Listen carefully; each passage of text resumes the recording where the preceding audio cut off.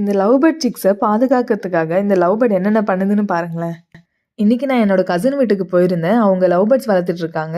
Love bird six வந்திருக்கு, போய் பாருங்க அப்படின்னு சொன்னாங்க.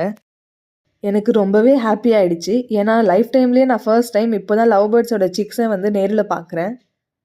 அந்த ஒரு எக்ஸைட்மெண்ட்டில் நான் ஓடி போய் அந்த சிக்ஸை பார்க்குறேன். இருந்தாலும் அந்த சிக்ஸோட அம்மா வந்து அதோட மேலே உட்காந்துட்டு என்னை பார்க்கவே விட மாட்றாங்க.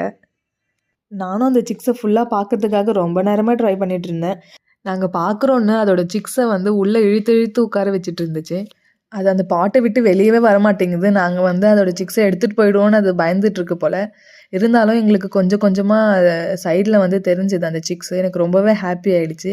அந்த சிக்ஸு இன்னும் கண்ணே திறக்கலை பாருங்கள்.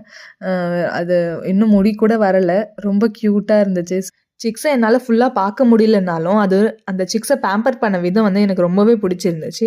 உங்களுக்கும் லவ் பேர்ட்ஸ் பிடிக்கும்னா இந்த வீடியோ லைக்